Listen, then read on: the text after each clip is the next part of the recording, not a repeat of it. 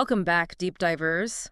Today we're going deep into Aldous Huxley's Brave New World. Ooh, a classic. Yeah, and I think it's going to be especially relevant for our listeners today. Yeah, I agree. We've got excerpts from the novel itself, so we're going to be pulling directly from the text. That's right. And we're going to be exploring this future that Huxley imagined, Right. where happiness is basically engineered and individuality is, well, it's practically obsolete. It's kind of a scary thought, isn't it? Yeah, it's like you never have to worry about things like feelings. Right, exactly. What do you think about that? Well, I think one of the most striking things about Brave New World is how Huxley presents this. I mean, it seems like a perfect society, right? Yeah. You know, he tackles these age-old problems like war, poverty, disease, and just wipes them out. Yeah. But the question is, what did they have to give up to get there? That's the big question, right? Yeah. Because from the very first page, I mean, Yeah. you're just hit with this obsession with control. You know, it's not just a government. Yeah. It's like a whole system designed to engineer happiness. And it starts right from the beginning. Okay. Forget babies being born the natural way. Right. We're talking bottles. Oh, yeah. Well, test tubes, actually. Okay. Where humans are mass-produced Wow. and sorted into, like, predetermined social classes. Alphas, betas, gammas, deltas, epsilons. It's like a human assembly line. It is. It's like a human assembly line. It's pretty wild. Yeah. So this system, they call it the Bokanovsky process, right? Right. And it's all about efficiency and stability. Every person has their place. Right. And their purpose. Like from the moment they're decanted. Right. Yeah. Like there's no more like square pegs and round holes. Exactly. Everyone fits perfectly. But it gets even wilder, right? Oh, yeah. Because they're not just, you know, sorting them into these classes. Right. While these babies are still developing in their goddles, they're being conditioned to love or hate certain things. It's true. It's not even just about fitting into your job. It's about like controlling their very desires. That's right. You know? And they use this technique called hypnopedia. Hypnopedia, yeah. It's like sleep teaching. They basically drip feed these moral and social values directly into these developing minds. It's kind of creepy when you think about it. It is a little bit, yeah. Like, consume, be happy, never be alone. Right, like those are the mantras. Yeah, it's like those jingles you hear. Yeah. Like those advertising jingles that get stuck in your head. Exactly. But imagine that, but it's your entire moral code. It's your whole worldview, yeah. Wow. And they even use it to shape their consumer preferences, too. Oh, that's right. Like what they buy. Yeah, yeah. And then there's Soma. Oh, yes, Soma. Tell me about this, like, instant happiness in a pill thing. Yeah. Right, so Soma is like, it's really the cornerstone of this stability that they've created in this world. All right. It's like a magic eraser for any negative emotion. So like sadness, anger. Sadness, anger, loneliness, you name it. Anxiety. All gone. Just pop a pill. Pop a pill and everything's sunshine and roses again. So it's like they're not actually dealing with any of their problems. No, they're just masking them. They're just masking them with this drug. Exactly. It's wild. Yeah. And you know what else is crazy? What? They conditioned the children to hate nature. Oh, yeah, I remember that part. Like flowers and books. Yeah. It seems crazy, right? It does. But the idea is to direct their desires towards consumer goods. Oh, so like helicopters, fancy clothes, things that fuel the economy. So instead of like going for a walk in the park or reading a book, they're like, let's go shopping. Exactly. Let's buy more stuff. Wow, it's all about manufactured happiness, right? That's the goal. Yeah. But here's where I get confused. Okay. Not everyone in this Brave New World buys into it, right? Right. Like take Bernard Marx, for example. Oh, yeah. Bernard. He's an alpha plus, right? Like one of the top dogs. One of the elites. Yeah. But he just doesn't fit in. He doesn't fit the mold. No. And I think that's what makes his character so fascinating, right? He represents that, like, flicker of dissent. Okay. You know, he feels things more deeply than others, and he yearns for something more than this kind of shallow, manufactured happiness. Right. It makes him an outsider. It makes him an outcast. Yeah, for sure. Yeah. And this yearning leads him to a really interesting place. Okay. The Savage Reservation. Right, and he goes with Lenina Crown. Ranina Crown. Who is basically like the poster child. Yeah, she's like the ideal. For this Brave New World society. Yeah, she's got it all figured out. She's got it all figured out. Right. Right, from their perspective at least. And they go to the Savage Reservation, which is basically, it's like a time capsule. Yeah, it's like a totally different world. Totally different world. Where people still live in families. They experience natural childbirth. They have families. They feel the full range of emotions. Right, the good and the bad. The good and the bad, yeah. And this is where they meet John. John the Savage. The Savage, who grew up on Shakespeare, spirituality. Totally different upbringing. Totally different. And this deep-seated longing for something more than just this fleeting soma-induced bliss. I mean, talk about a culture clash. Oh, yeah, big time. Like, what do you think? What do I think? Yeah, like, does his perspective give us something to think about in our own lives? Absolutely. I think it does, because John's upbringing on the reservation is so different from what Bernard and Lenina are used to. Right. And so he exposes them and us, the readers, to a different way of being. One that values individuality and authentic experience. Yeah. And it makes us question how much of our own worldview is shaped by our own conditioning. Right, right. Like whether it's from our families, our culture, the media we consume. Yeah, all of it. Yeah, okay. So we've got Bernard, who's kind of disillusioned with his own world. Right. And then John, who represents this completely different way of life. Totally. I can only imagine what happens when those two worlds collide. Oh, it's going to be good. Yeah, it's going to be interesting. Yeah, get ready for some fireworks. All right, well, we'll have to wait till part 2 to find out. Stay tuned. Yeah, stay tuned. So we left off with Bernard and Lenina bringing John back from the savage reservation to the brave new world. Huge culture shock, right? I can only imagine. I mean, you've got John, who was raised on Shakespeare and spirituality. Yeah. And he suddenly dropped into this world of, like, instant gratification. Right. Manufactured emotions. Totally. I mean, how did he react to all of that? Yeah. What was his first impression? Well, at first, you know, he's kind of fascinated. Okay. I mean, it's all so new and shiny and exciting. But that initial wonder, I think, pretty quickly turns to disillusionment. Okay. Because he starts to see, like, the emptiness. Yeah. The lack of depth. Right, right. The way that people are basically just kind of sleepwalking through their lives, you know, numbed by the soma, programmed by the hypnopedia. Yeah, it's like they're not really living. It's like they're just going through the motions. Yeah, it's like, you know when you watch a movie, that's all special effects. Yeah. But there's no heart. Right. No substance. Yeah, it's like all flash, no substance. Visually stunning, but ultimately empty. Yeah, and I think that disconnect would be even stronger for someone like John. Oh, absolutely. Who came from such a different world. Totally different background. Yeah. Yeah, and I think what really gets to him is their views on relationships. Oh, yeah. Like, that's a big one. Monogamy. Forget about it. Family. Obscene. It's like these are considered like relics of the past. Totally. These are bad things. Yeah, like they've been conditioned to avoid any kind of deep emotional attachment. Like why? Because it's all about keeping things light and superficial. Oh, so they don't want anything to like... Yeah, no messy entanglements. Disrupt the order. Exactly, disrupt the social order. Everything running smoothly. Nice and smooth, yeah. But John just doesn't get it. No, he doesn't get it at all. Remember that scene where Lenina tries to seduce him? Oh, yeah. And he, like, freaks out? He's horrified. Yeah, it's like...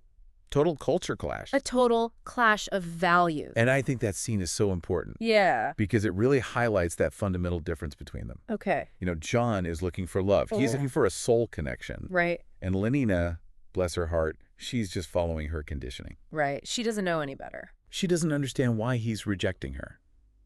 It's sad. It's kind of heartbreaking. It really is. It's a huge misunderstanding. Yeah. Yeah. But it makes you wonder, right? Like, even in a society where everyone's supposedly happy, is there still a part of us that, like, craves that deeper connection? That longs for something more. Like, do we need those messy emotions? Yeah.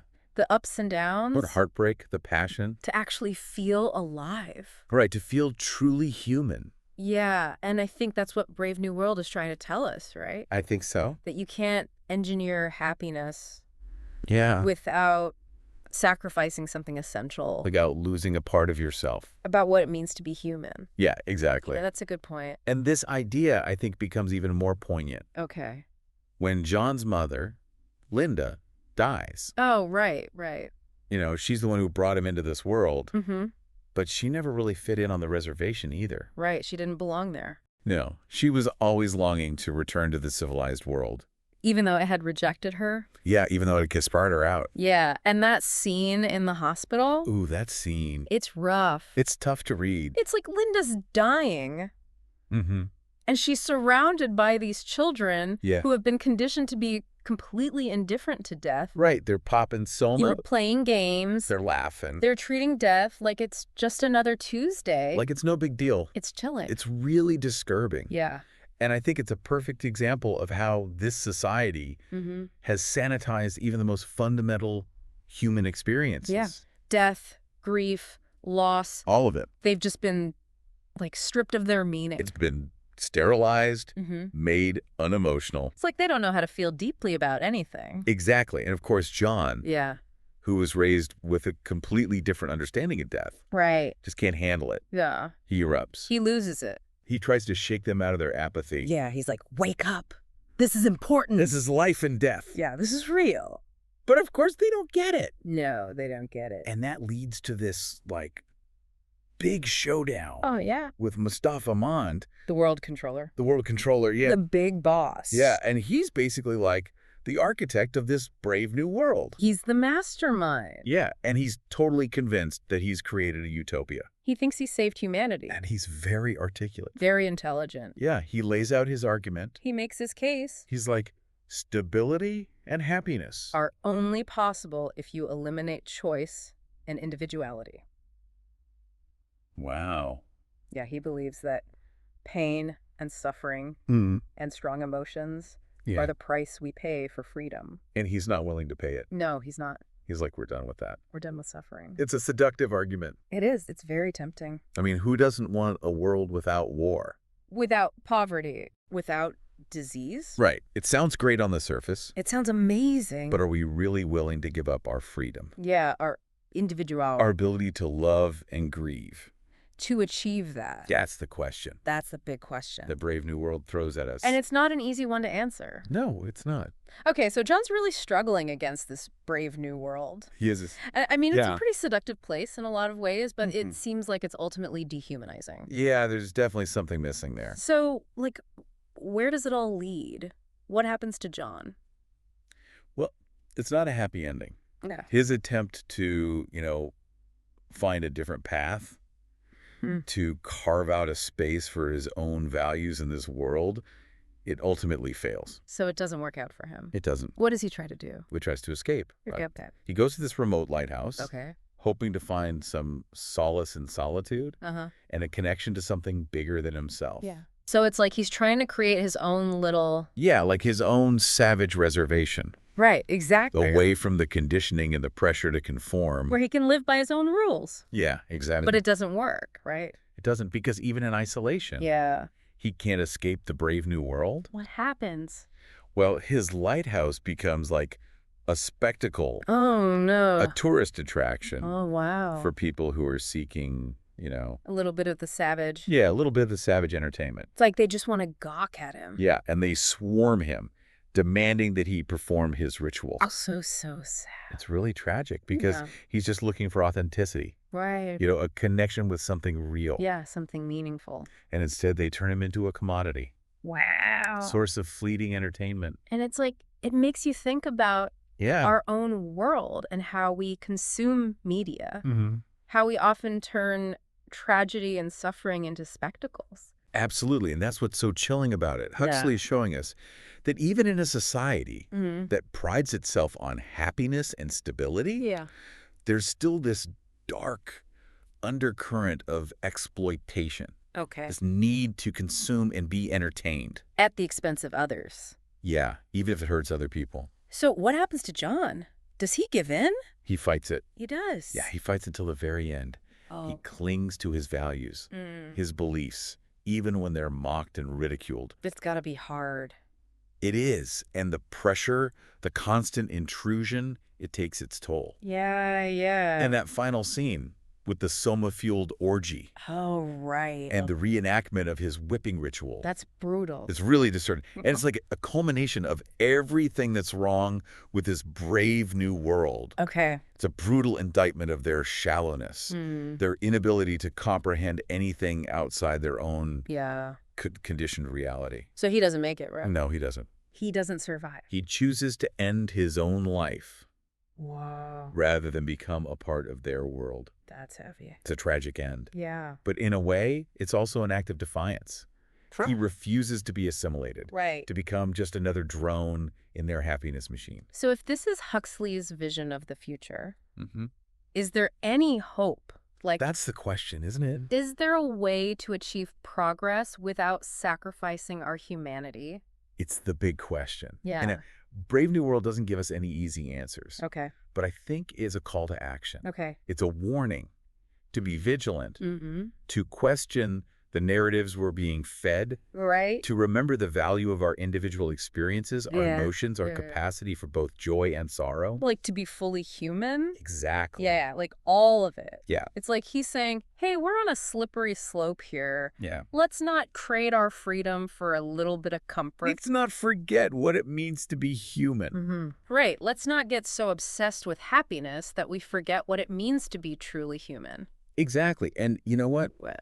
The fact that we're still talking about this book, almost a century after it was written, it shows how relevant Huxley's message still is today. Yeah, absolutely. I mean, we live in a world that's increasingly driven by technology. Right. We're constantly bombarded with information and distractions.